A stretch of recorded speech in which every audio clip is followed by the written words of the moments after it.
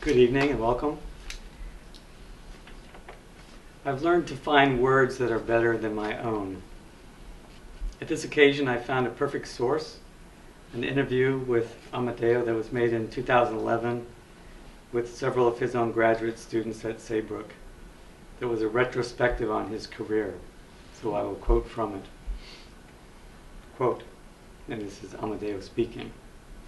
In the 1950s, humanistic psychology came out in the 1960s. If you went into psychology, you got natural scientific psychology. I happened to go to a school that had a strong research tradition. There was a clinical program, but it wasn't as strong. The prestigious program was the research program, and I went into that program. And with that background then, Duquesne University was starting its doctoral program. The idea was it was going to be a program purely from an existential phenomenological perspective. Adrian von Kaam, who was the founder of the program, was founding it. The way he put it to me when I talked to him was that he was shocked at the state of American psychology that was happening then. Europe was already integrating a lot of phenomenology. So what he said was that Duquesne had an undergraduate program, but at that time, no graduate program. It was open. So he said, quote, let's do one thing and do it well. And our perspective is existential phenomenology.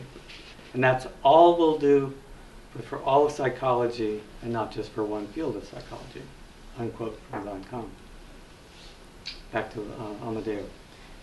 Quote, and I had a kind of professional crisis because I didn't believe I could project over the next 25 or 30 years teaching standard psychology. And I didn't know what to do because I was trained in this. I couldn't go into business. I wasn't a business type. I think many of us can agree with, share those kinds of sentiments about ourselves. And I was really at a loss when I met von Kaam. The more I read, the more I liked. So Adrian invited me to come to Duquesne to develop a research method that would be compatible with the existential phenomenological perspective that existed at Duquesne. Most of the faculty, most of the students were clinicians, so I anticipated that many of the problems that we would be dealing with would be clinical sorts of problems. And so I started to work on the method. Of course, when I went there to Duquesne, my knowledge of phenomenology was fairly limited, very slim. But the big advantage of Duquesne, and I haven't seen this exist again, was that the philosophy department, now here's where I want to quote a little, that the philosophy department was existential phenomenological. There were 10 or 12 existential phenomenologists in the philosophy department. So what I did every semester when I was teaching phenomenology, I also was studying phenomenology. So I was privileged because I got Husserl from John Scanlon, an excellent phenomenological scholar. I got Merleau-Ponty from John Salas, who is a well-known scholar. He's at Boston College today. And I also got Merleau-Ponty from Al Lingus. Lingus is the translator of the visible and invisible in French. So high-class philosophers teaching philosophy, and I had to translate that into psychology. What were the implications of this philosophy for psychology? But I guess, and maybe this is part of my American character, I felt, well, do something about it, about the method. If you don't see what you want, create something. And so I introduced a new course at Duquesne called Phenomenological Method, where there were about 8 students in the seminar. And I said, quote, I don't know what I'm going to teach you. The interview says he has laughter at that point. I know that I read Husserl, who said you have to describe, so you have to go back to description, unquote. So that semester, it was 1970 at Duquesne, was the first time I taught the method. And of course, over each semester, I kept repeating it. Then I wanted to write books about the phenomenological psychology itself. So now you're going to refer to 2011 now. So after 50 years of doing method, I'm tired. I want to get to a book on Merleau-Ponty, a book on Husserl, where I get into the substance of phenomenological psychology, not just the method. It has been a good thing, but also a distraction in the sense that I couldn't let go of the method. That's where everybody was pulling me towards the method. So I hope at this age to write books on substantive phenomenological psychology what that means and why that would be important to psychology. End of quote. So you have the history right there. There you go. That's good. Amedeo, we welcome you back. A return for which you need no welcome, because it is already stitched. You are already stitched tightly by your career into what we live and do here in the department, both psychology and philosophy. It's better to say that your presence here remains a gift that is core to the edifice upon which we build at Duquesne our phenomenological, whether existential or methodological, method every day for each student. And you're welcome back to the library at any time for research on your Merleau or Bronte books. Jeff or I will get you a library card. So, welcome back. Thank you. Thank you.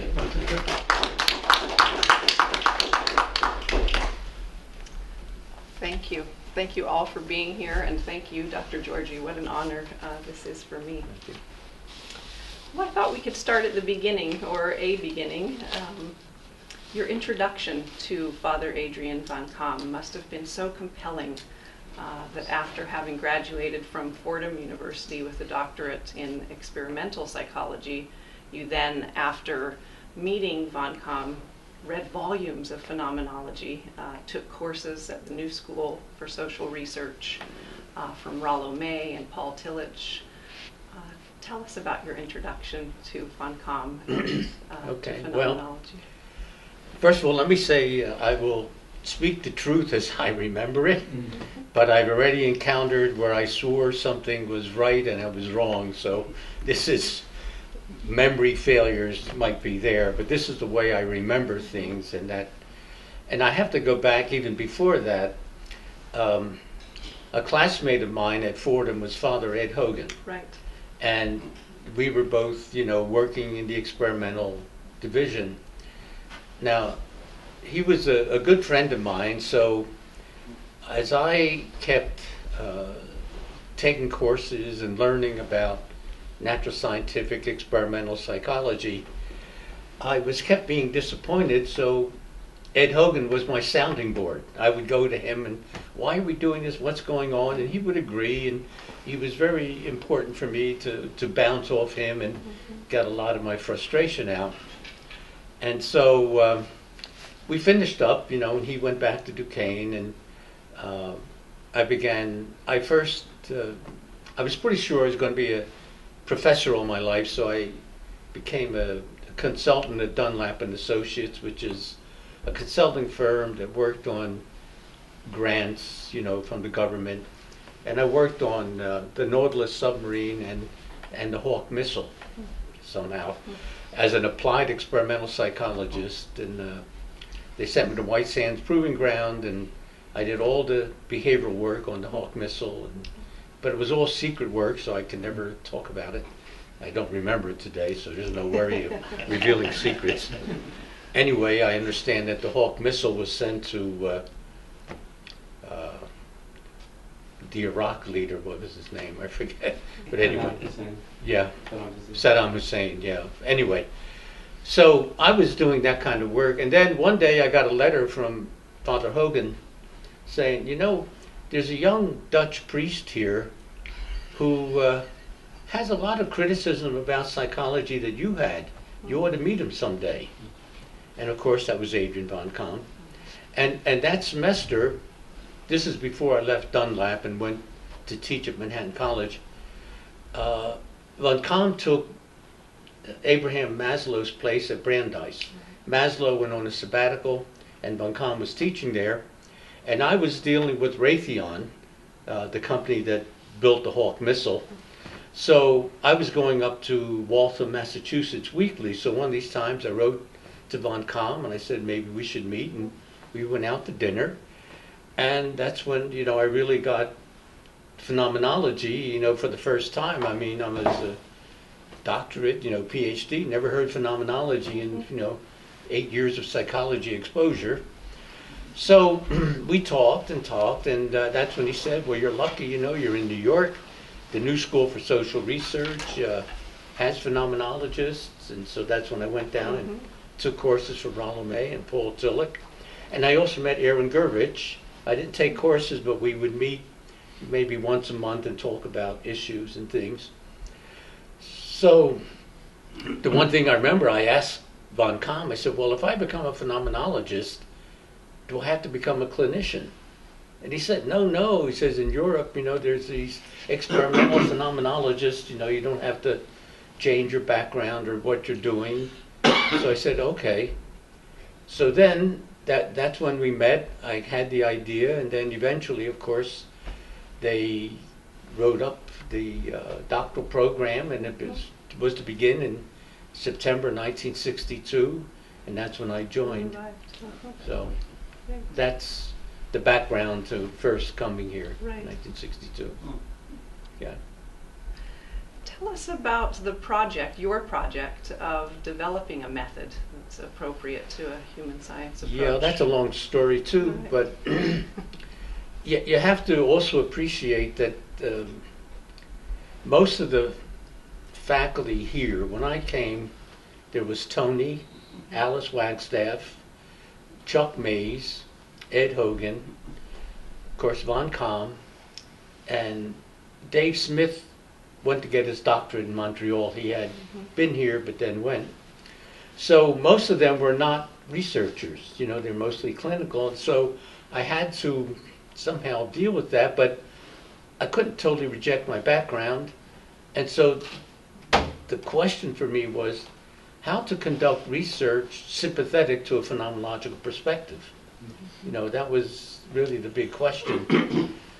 And at the time, as I said, I didn't know that much phenomenology because I only heard of it like 6 months earlier, and I couldn't read all that fast. And anyway, understanding what all these authors wrote is another thing. I mean, I must confess, Husserl was off-putting at the beginning. I read this, why do I need to do this? Merleau-Ponty was more accessible.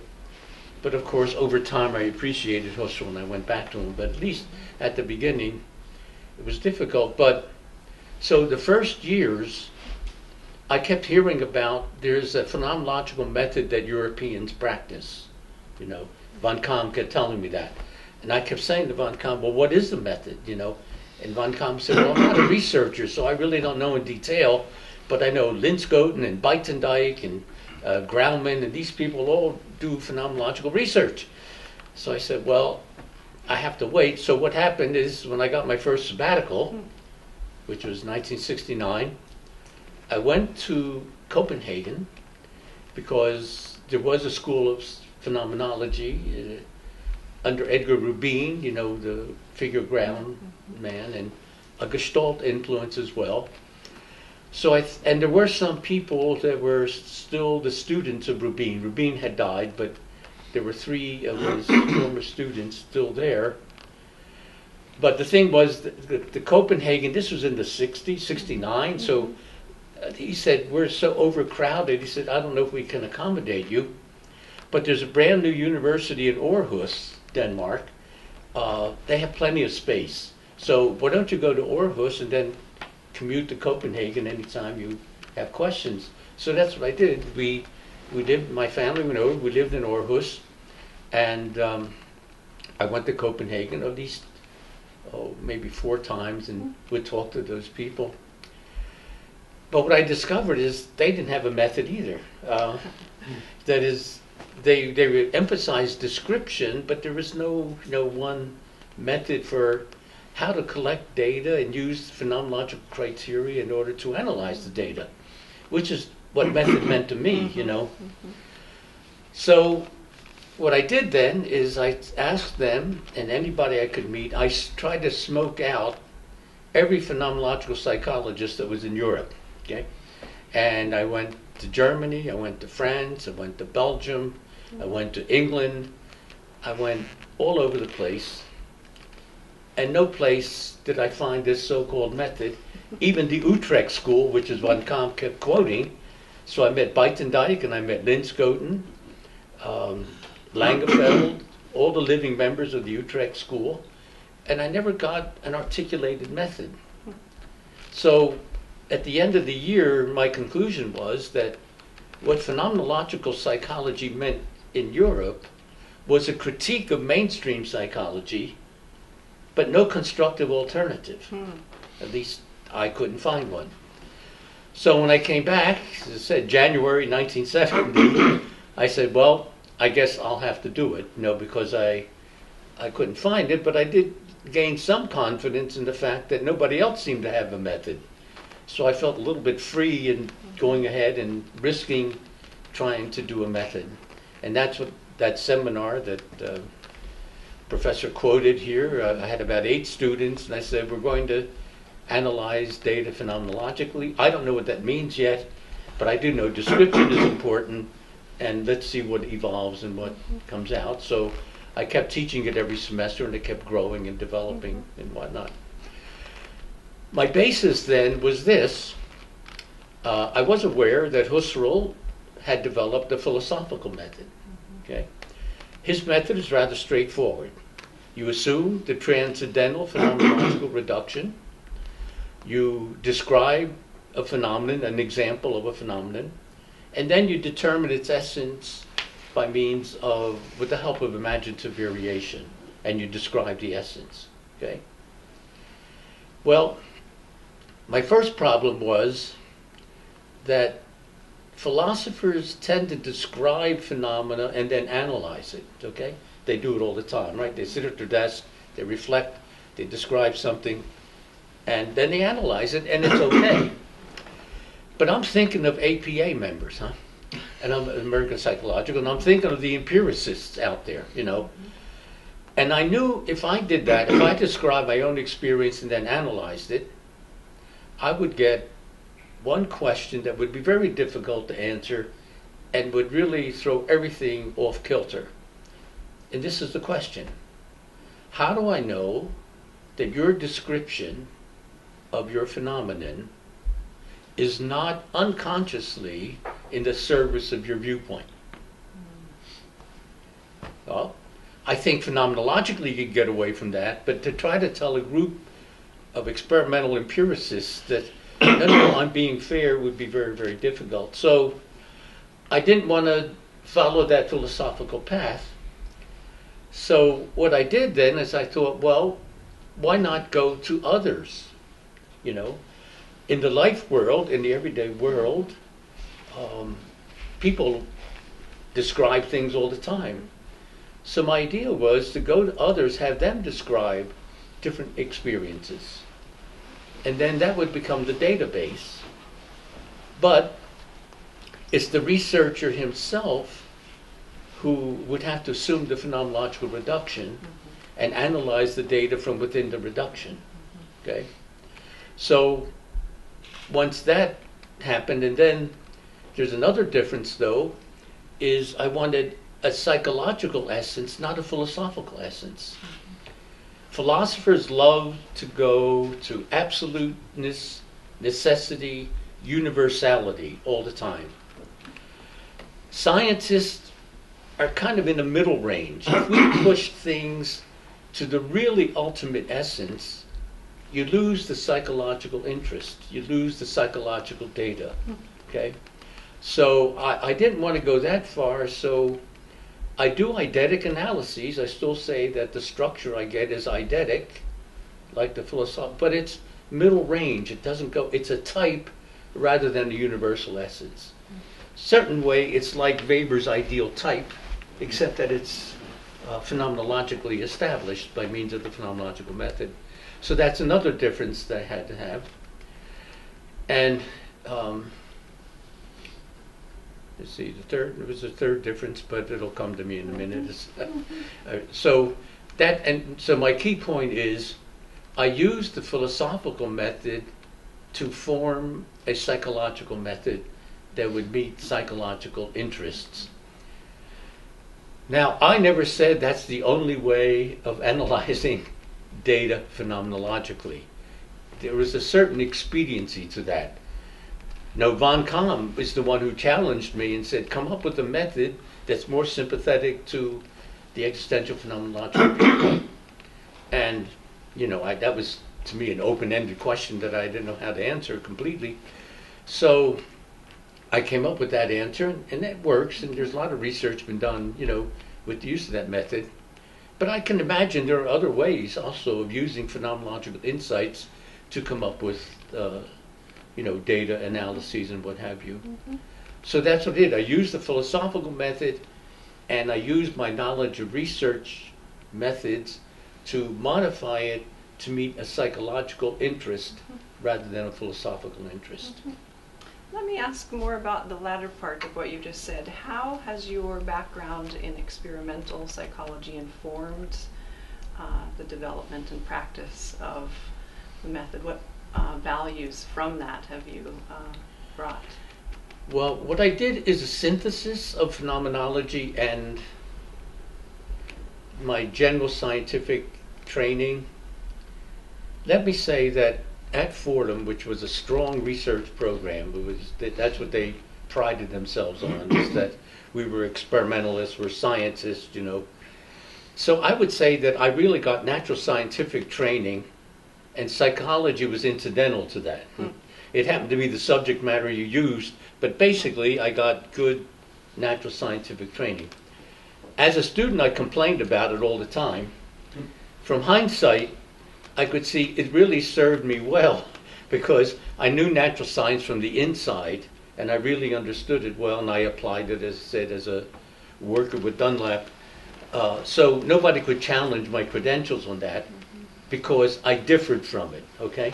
So I gathered from that general scientific criteria that had to be met, along with philosophical, phenomenological insights that had to be modified. So my experimental background did play a role, and I worked out, I would guess, a personal synthesis between research criteria and phenomenological criteria. Some of those research criteria being things like rigor. Well, remember, Husserl even wanted philosophy to be a rigorous science. Huh? So I can't imagine objecting to psychology being a rigorous science. I mean, he critiqued the psychology of his time, but he critiqued it because it was naturalistic, and he critiqued it because he didn't think experimental methods were the way to understand psychology. So I agree, I kind of bracketed experimental. I say now I do research in psychology, I don't do experimentation in that strict sense. So, I mean, what I did is I kind of posited there is a synthesis between phenomenology and research. Now I'm going to find out what it is. I didn't know it a priori. It was an unfolding, development, when I became aware of it. But something that grew out of a synthesis of these two. The more I knew phenomenology, the better, as I was learning it more and more, because I sat in philosophy courses for 25 years. I never missed an opportunity. Every time we had a visiting professor from Europe, I sat in on their courses as well. So I grew in my phenomenology, but I knew my science from training. So it was a synthesis of those two that came out. What was the contemporary relevance in the late 50s and 60s and 70s of the developing phenomenological human science approach? And the next question I'll ask is how does it continue to be relevant? Well, you have to come back to the project that von Kaam initiated with the department. We want a psychology that is based upon existential phenomenological philosophy. I'm going to have to talk about some of the things I want to give in my talk tomorrow, but that's and that project, the conflict was this. Natural science psychology knew science well, knew naturalistic science, science with the naturalism assumptions. What we posited first with existential phenomenological philosophy was we want to understand the human being in the full sense of the term. We need a philosophical anthropology that does justice to human reality. But if you use the natural science method, there was an implicit and sometimes explicit reduction of the human being, because those methods were designed with nature. Thing was the object and its processes, not humans and their relationships.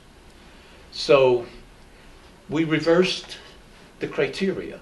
We said we want to be faithful to a philosophical anthropology. Now, what kind of science can we invent to do that? Okay, that was the task. That was the project.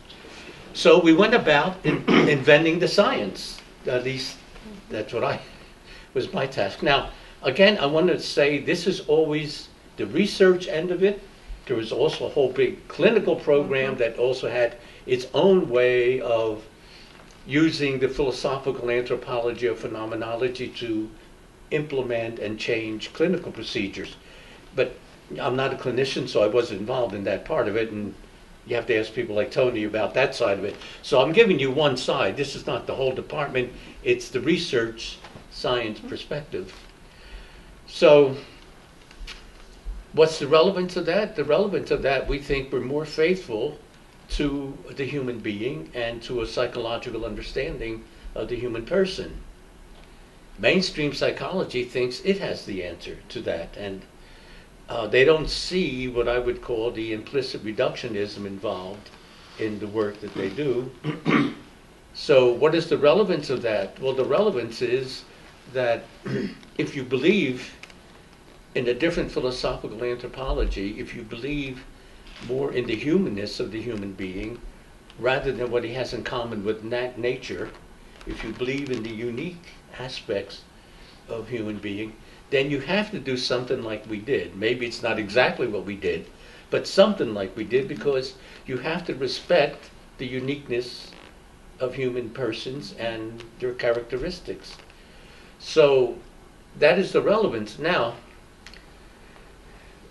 why isn't this spreading more? Because natural science criteria goes with the culture. We are like a countercultural movement. We fight the culture. Still. Yeah, still, even today. Well, today it's worse if you take into account the idea of a STEM science that APA is pushing. Do you know that idea? That science should be natural science, technology, engineering, and mathematics. Now, if you know a human being and then you list engineering, mathematics, technology as modes of understanding a human being, to me, there's such a contradiction, I don't know how anybody can sustain it. But here's APA sustaining it. So how to change that? Well, you have to change the culture too. You can't survive in an antagonistic culture, and let me add that, why I'm so worried is every place phenomenology started, it died. The Utrecht School, the Copenhagen School, Stockholm, where David Katz went, it started and died. And I'm worried, Dallas had one and died. I mean, the doctoral program, not the influence. And it dies either by opposition or by dilution. Sometimes, we can't just be phenomenological. Let's make it postmodern. Let's make it broader some way. And that, too, is a way that it dies. So I don't know what that means, but I think it means that some of the ideas to spread in the culture have difficulty for some reason, although you would think trying to be faithful to the human being in a good way would be easier to communicate. But the idea of science and the idea of natural science is such a stronghold, and of course the philosophy of naturalism that supports that. Many psychologists believe in naturalism, that that's right, that's the correct philosophy. Humans are no different from anything else in the world. So I don't know how to fight that. I mean, I'll always speak for my perspective, But how to convince the world is larger than me. You've mentioned the during your tenure here and the early days, that there were clinical faculty. Yeah. What was the relationship between the theoretical, the empirical, and the clinical emphases of the program? Not asking you to speak about the clinical things going on, but just the way faculty joined and sort of the energy around those three emphases. I would say difficult. That's an easy term. I ask because, of course, we're still always trying to figure that out. Yeah. You know, I have nothing against clinicians. Some of my best friends are clinicians. But there is a real perspectival difference between the two. And I must say that this did cause certain tensions in the department. There was also a tension about, like, I always believed in rigor, and there were often critiques from my colleagues that, oh, I'm too rigid, you know, not rigor, but rigid. And I always denied that, but they felt that, you know, because I wouldn't let certain things happen. Certain things were okay, other things not okay. But if you're a methodologist, you know, that flows from it, just as in therapy, certain things are allowed and certain things are not allowed. There are borders and limits to that. So I would say that that was a problem, and even caused some of my colleagues to get quite angry with me because I was not as liberal in my methodological approach as they would hope I would be. So it's a difference of understanding of a certain way, and this is in part a tension in psychology, because even mainstream people have this difficulty. I mean, when I was at Fordham, they sneered at clinicians. I mean, the scientists did, and the clinicians didn't understand what we were doing, you know.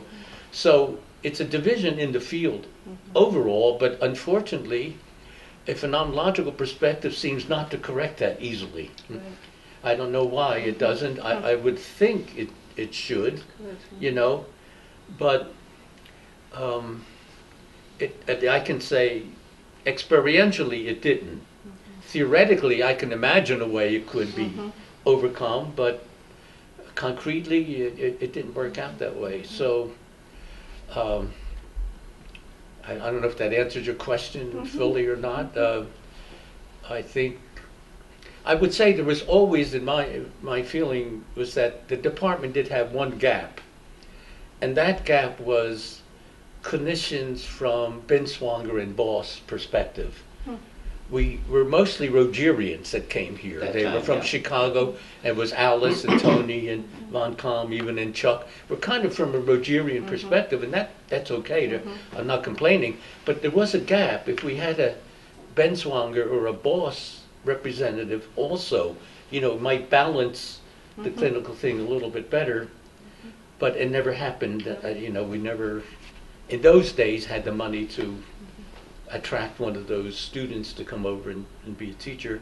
We had Boss himself come, you know, as a mini course, but not any Binswanger student that I know. Now, I don't know if that would have helped the tension between research and clinical or not, you know. But my intent, I thought I was being quite liberal in my methodical approach, that I'd let people describe things from the life world, you know, go out to the world, have people describe things, and then analyze it qualitatively. You look for the meaning of the experience, and I would think clinicians look for the meaning of the experience, although a different meaning, and I wanted to be sure that we could establish this meaning in a kind of rigorous way, make it eidetic meaning at some level, but it didn't always flow over well. You mentioned Boss and the mini courses. What was the significance for the department and the university, and maybe even in general, of the visiting scholars, the tradition of having visiting scholars, and the mini courses, a tradition which we continue today? Well, I thought it was rather significant. I think Father Murray and I worked that out some way. the idea were there were a lot of other people that were speaking along our lines, but they were expensive. Like Rollo May, we couldn't get Rollo May to come, and Boss, you couldn't get Boss to come for. I mean, I understand Duquesne has changed financially, but when we were here, it was tight. You know, it was not very much loose money to do a lot of other things. So, as we discussed it, we said, you know, if we can't get them, like for a semester, maybe we get them for a mini course. And so what we did is we held back a faculty line. Instead of hiring a live person, we used the money from that line to get 3 mini courses. And the reason for 3 is that a student could take all 3 and get a 3-credit course, you know, so it wouldn't throw the student out of whack. So that's what we did. So we went after the big names, you know, and we got, well, you know the list, Paul Ricoeur, I think, even came, and I forget all the names. And what happened is, on my sabbatical, I went around, I told you, I tried to smoke out every phenomenological psychologist that I knew, so I met a lot of them, and I sized up. I said, would this guy be good to come to Duquesne and talk about, you know, what he's teaching? And, you know, and many were, not all were, and I had to make a kind of critical judgment. As you know, we got Vandenberg, and Jan Bauman came, and, you know, each existential phenomenological in some sense. So what I thought, the mini courses, because of our financial status, enriched the program. We had the regular faculty here all the time. You could speak to them anytime you wanted. But with the mini courses, to have Rollo May come for a weekend, or to have, you know, a European perspective, Jan Bauman come and tell you about how he's doing existential therapy in Stockholm, you know, I thought that was all to the good. So I thought that was important. And I hear now that you're down to 1 mini course a year. That's too bad. I think 3 is a good number, but that's your, you know, I'm out of it. It was one of your visions for the department to have its own special collection of books and papers on phenomenology. And so here we sit in the Simon Silverman Center, the development, I guess, for 1980. Tell us about the history of this center. That was rather serendipitous, I would say. I mean, I know Dave Smith wrote up this history, maybe you know it from there, but Erwin Strauss taught it, was one of the visiting professors, came here maybe 3 or 4 times. So I got to know him fairly well. And then I heard he died. And so I thought, well, gee, I think somebody should go down to the funeral, and nobody was going. So I thought, well, I guess I'll go down. So I went down to Lexington, Kentucky, and there was the service at the church and everything. So we came back to Mrs. Strauss, the house. And as I walked in, Mrs. Strauss says, well, I'm glad you came. Would you like some books? I said, like some books? What do you mean? She says, well, what am I going to do with them? So I'm going to give them away to... I said, well, you shouldn't do that. You shouldn't break up his library. She says, well, what am I going to do with them? I said, well, maybe some university would want them. And she says, which one? I said, well, maybe Duquesne. Wait a minute. So Father Murray was AVP at the time, and I said, hey, Ed, you know, there's a whole Strauss collection down here. If we pay for the delivery, we can have that whole collection. And so Murray says, yeah, go ahead, grab it. He says, grab it. So I said to her, wait a minute, I think Duquesne might be interested. So I came back, and I talked to the librarian. I forget his name now. You know, I'm getting old, you know. Proper names are slipping. I mean, that's the first thing I noticed. Is going. But anyway, I forget. Do you remember the library? Puglisi, yeah, Paul Puglisi. So I came to Paul, and you know, I told him, I said, look, there's this whole collection down there. You know, do you have? And they were just building this building, a whole new library. He says, well, we do have a special collections region, so we could put it in there. He says, is the library open or closed? I said, what do you mean? He says, well, are there going to be more books coming or not? And then I thought, well, wait a minute.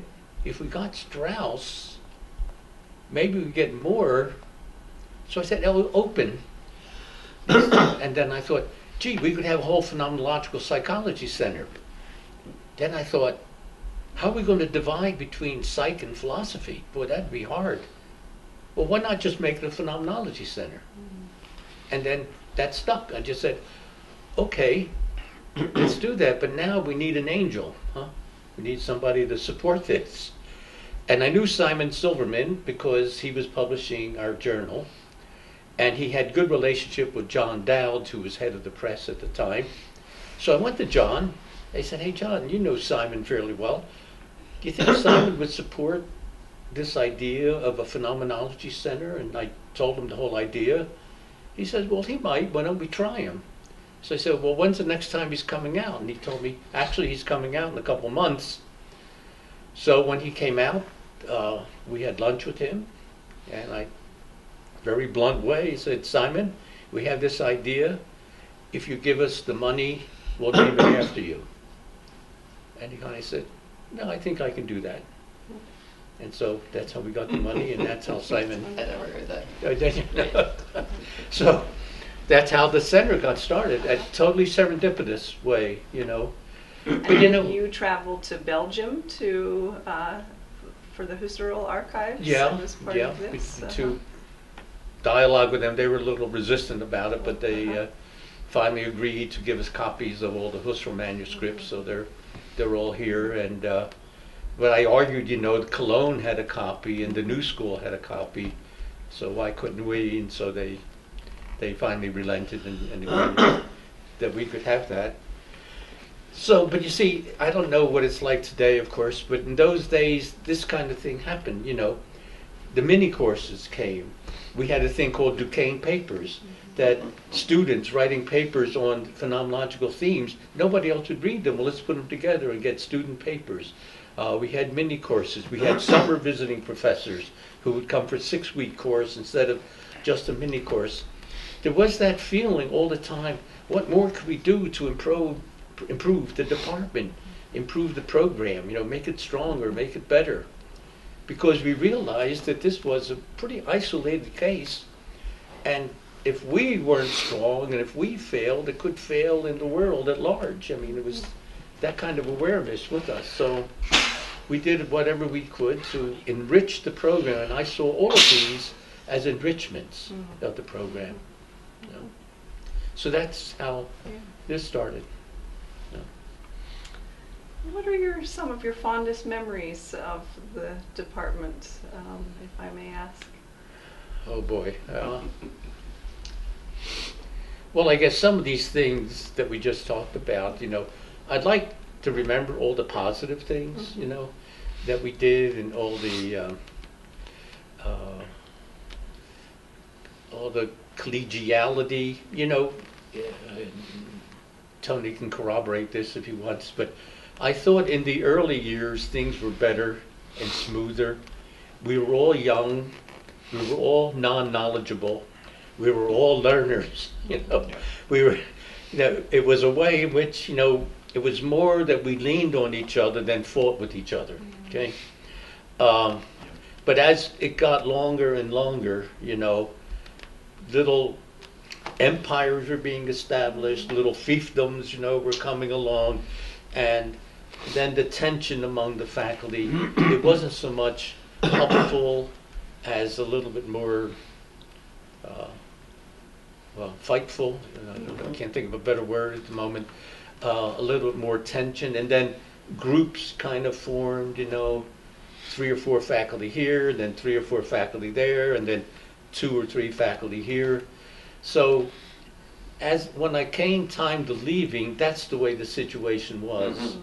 And that was one of my motives, not the only one, but one of my motives for going elsewhere. I've been here 25 years, that's a quarter of a century, you know, and I did ask, do I want to spend my whole life in one institution? And I said, not really, if I can change it. So that's why I also started looking. Not the only reason, I will insist. There are personal reasons as well, and some professional reasons. So I would say it's the early years, the sitting on courses, I remember many, walking up and down in front of the row houses when they with von Kaam, talking about what else we could do. We would pace one way, then pace back. All was open. And all this. These are like possibilities. How to bring them into actualities. What could we do? What was possible? Not possible. All that was very good. And also. While von Kaam started it was all his idea, and nobody can gainsay that. But he was better at starting things than at developing them. So he started the Institute of Man, then he changed that to Institute of Spirituality. He started the Religion and Personality MA program around 1958, but then he started, the psychology program. But, he left us very quickly. He left, I think, around 1963, 1964, and went into the Institute of Man, and that was a bit hard. I tried to talk to him, why don't you make it gradual? Why don't you, do it slowly rather than this abrupt, I said, you're the only name we have. I said, if you leave us, what are we going to do? He didn't budge, though. He said his heart was always with religion. And while he had religion and personality, he wanted a spiritual, aspect. So that's how he justified that he pulled out, and then we had to pull ourselves together. Another fond memory, even though it was a crisis, was when existential phenomenologists were all going to leave in the philosophy department. I don't know if you remember that, Tony. When what happened is Lingus was going to leave, and Bolin was leaving, and almost all the existential phenomenologists were leaving. I forget what the dispute was about. Had to do with the chair of the department. The chair of the department, that's right. He was going to change the orientation to more a general analytic, maybe philosophy. So they were all going to leave, and then we said, well, where does that leave us? We're dangling because we felt still that we needed the philosophers to help us establish this. And I don't know if you know it, but we all marched, and we had signs, and we marched around the campus that save phenomenology. Was a big thing in those days. So that was kind of good. And then what happened, and many of us were thinking of leaving, and there was even a department in Canada that would have hired all of us. About 6 or 7 of us, if we all wanted to go there. And I was considering that, but then we heard they hired John Scanlon, they hired John Salas, and they hired Andre Schuer, and so we realized new phenomenologists were coming in, so it was not a real loss, but I think that was one tension that we really, fought and were adamant about, but it was, fortunately, the crisis was resolved, and these new philosophers were good, so it was not a diminution of philosophy. Other than that, it was more, I enjoyed developing the Foundations course, the Foundations of Psychology as Human Science. That didn't exist before, and so I liked developing that. That part was good. I enjoyed developing the method in my seminars with the students, every semester. That was sort of good memories.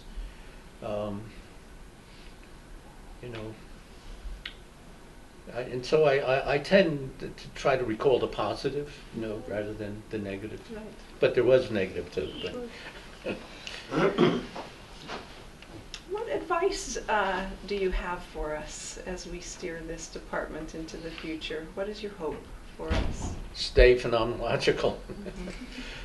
Would be my advice. It's needed in the world, I think. I think both the psychology and the philosophy that would see my point, and what we try to do in my talk tomorrow we'll try to show. You can go to the major philosophers, the big four: Sartre, Merleau-Ponty, Husserl, and Heidegger. And I think you could resolve the major problems of psychology almost within, if you throw all four together, you definitely could solve all the major problems of a good human psychology. I always speak of human psychology. There is an animal psychology, but that has different issues. So I would say with those four thinkers, you can really make a good psychology. The trouble is, of course, to learn all the philosophy first and then apply it to the psychology. That's really what is necessary. You have to know the philosophy and then apply it to psychology. It doesn't mean imitating. You do have to be creative in applying that philosophy to psychology. But first you have to know it well. So how does a student know the philosophy well and then know psychology well? That's a huge Big task. statement. It's really big. I understand that. So I understand compromises and deficiencies and faults. But that would be the ideal if that could be done. And of course, in the early days, all the students had to sit in philosophy courses as well, from the philosophers, And then, okay, now what are the implications of that? Always the key issue.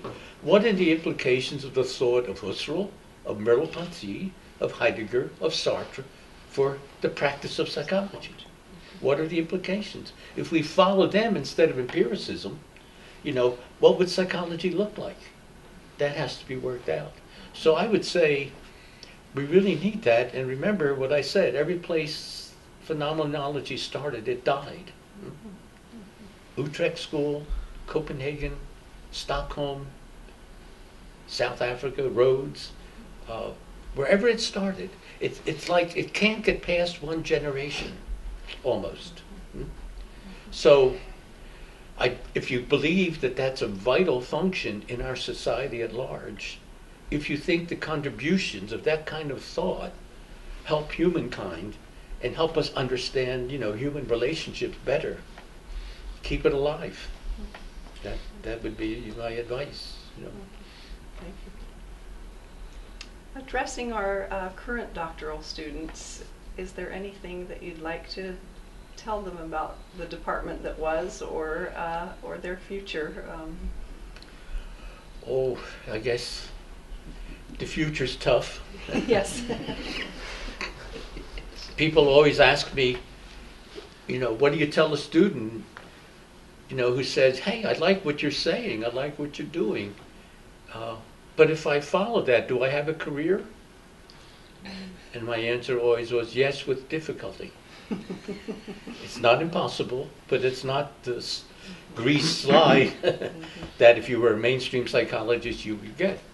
It's with difficulty, and it's almost like you have to have some other specialty to get the job with and hold phenomenology back. So I'm a clinician, but I also happen to be a phenomenologist, and you, whatever the situation allows you to come out with, you can do. Like in the early years, again, with all the state hospitals around here, our students did modify the way that they practiced. Yeah. They were hired as clinicians, but they brought in phenomenological insights and attitudes and perspectives to the extent that the situation allowed it. So I would say that is sort of what you have to do. You have to know mainstream psychology too, enough to get a job, but you have to be critical of it from a phenomenological perspective. So and I can understand not everybody maybe has the talent to juggle this thing, and then, if you have to follow your heart, then, go do it. But if you can juggle them, we need you out in the world as a psychologist.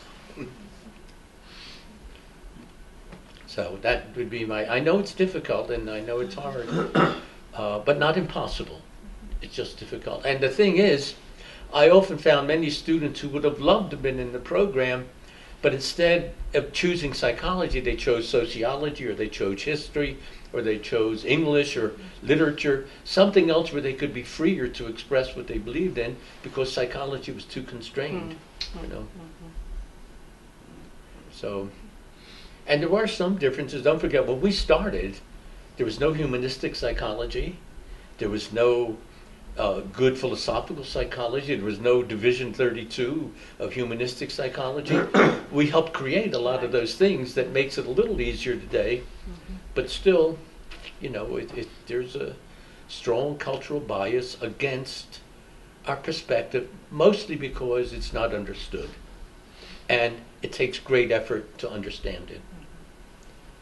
I remember when Erwin Strauss came here one time, and he was saying such good things and all, and I'm saying, where are your students? Why don't you have more students? Why aren't they all following all the things you're saying? He says, well, I don't have any because it's too difficult. And I thought, oh, that sounds like an old man's excuse, you know. But you know what? He was right. He was right. Now that I'm at his age and all the experiences I had, it is difficult. So that's part of the problem, you know. And difficult in the sense that maybe there's no reward at the end as well. Like, do I get a job? Can I really, even if I get a job, you know, can I practice what I believe in? You know, Fred Wirtz is at Fordham. He's a loner, and but you know, he has real difficulty, you know, teaching phenomenology, which is his first belief, and he's got to do all other kinds of things because he's not totally free because he's a loner. He's the only one there. So it is hard. Well, wrapping it up, is there anything that I didn't ask about that you wish that I would have? Anything that... Gee, spontaneously nothing comes to mind at the moment. I don't know if there's anything that I left out of my own personal history of you know, related to Duquesne and the department. You know,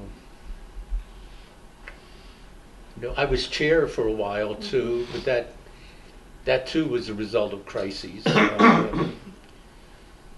Alice Wagstaff married a priest, so she had to leave.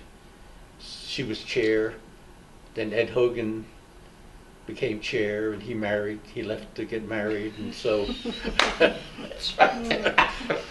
so then he came to me and said, "You'll have to be chair." I said, "I don't want this." He said, "No, you know, you really have to step in." So I did step in, but I didn't want it. And even at Saybrook, I served as dean under crises a couple times, but you know, administration is not the solution. I mean, you stop thinking as an administrator, I think. I'm glad he left. He doesn't hear that. It's really hard. Because you're so, I would say you're busy with trivia as an administrator almost all day long. And I got nothing written during my years as a dean or as a chair. So I wouldn't advise that. But sometimes, you know, you can do it as a contribution to the department as a whole. You know, you help out when there's a need to do so. But other than that, there's nothing else that I, you know, can, unless a question prompts me. But right, we'll open it up to questions. But thank you so much. This was really enjoyable. Thank you. Anybody? Questions? Good question. I have a question.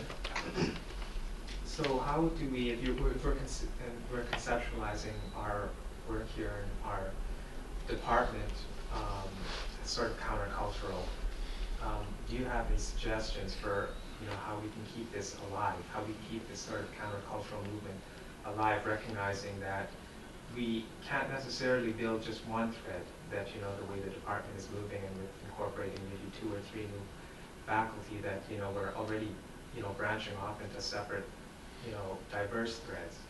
So how do we keep a movement alive, recognizing that this is the trade-off of moving forward? Yeah, well, first you would hope that there's no diversions, but if that's already existing, there's not much you can do about it.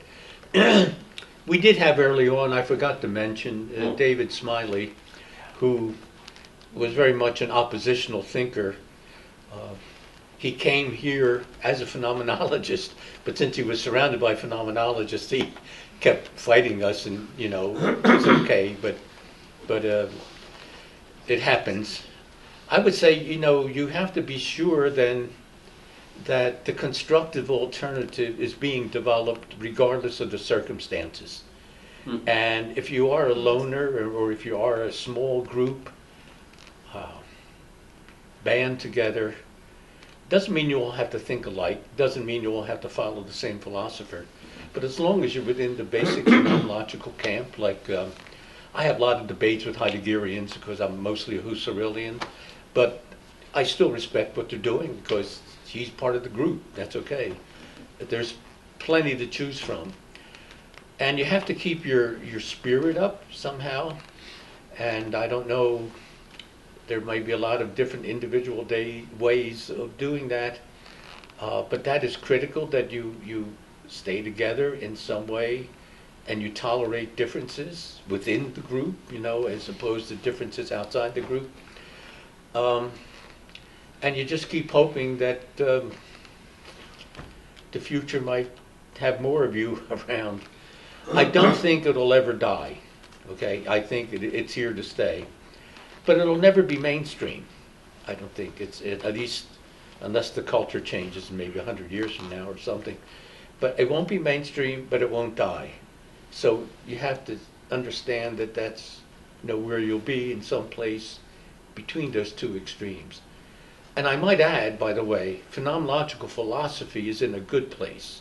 There's lots of good young American philosophers carrying on this tradition. And I would say that the articulation of phenomenological thought in contemporary philosophy is clear and it's quite good. If you read Luft or Zahavi or some of those philosophers, they're articulate and they're on target.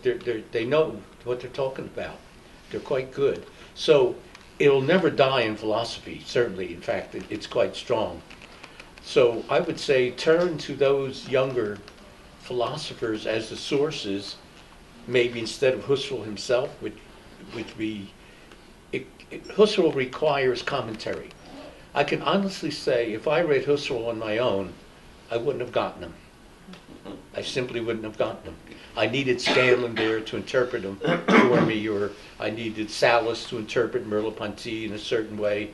And that really is what helped. And that's why when we had that crisis and we didn't want the philosophers to leave, because we understood that phenomenology is primarily a philosophy, and we have to, understand the philosophy, then apply it, to psychology. So I would say, but you can read these younger guys like Zahavi and Luft and Carr and some of the others, and Casey, in a good way. They're reliable and they articulate it well, and in more, I would say, contemporary English. Some of the older are not. So there's hope in that. I think that the articulation of phenomenological thought is becoming clearer and better than when we started.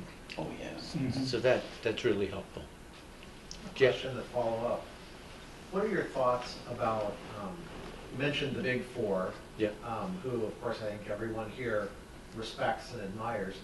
What about, might call third generation, Husserl's first generation, Merleau-Ponty, Sartre, Heidegger second generation, sort of third generation, I'm thinking of Ricoeur, Levinas, Michel Henry, Derrida, a little more heretically maybe. What are your thoughts on what they have to offer psychology and phenomenological psychology? Well, I've read them, but I haven't specialized in them. I spent my work in the first generation, mostly Husserl, Merleau-Ponty, and Sartre. When you're a psychologist rather than a philosopher, you have to know contemporary psychology as well. So you're always balancing. So I thought if I could know two or three well and dialogue with contemporary psychology, that's pretty much my contribution. So I'm not saying that Levinas doesn't have something to say, or Henry, or the others. It's just that those are the ones I focused on. Now, if somebody wants to focus on them, or even on Zahavi, for example, I would say anyone who focused on Zahavi and picked up his ideas and applied them to psychology, that's good work. I read Zahavi, I don't, situate myself within him because I'm with Husserl, and I see him mostly articulating Husserl, so I don't have to do that. But I wouldn't deny that, although I would put Ricoeur with the second generation, not the third, and same with Levinas. I would kick them up a level. But sure, if you want to you know, I think George Kunz follows Levinas completely. That's okay, you know. I don't see Levinas as, you know, out of the context or out of the movement at all.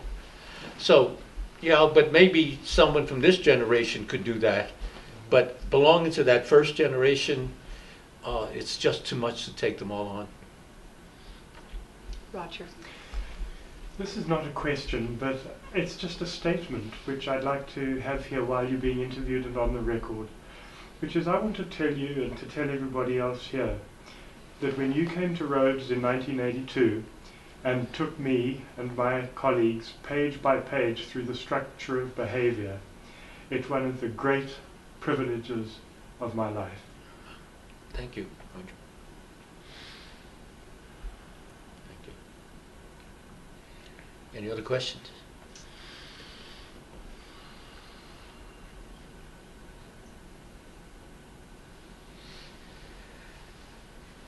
Well, I think there's goodies out there waiting for us. Thank you so much, You're Dr. Giorgi.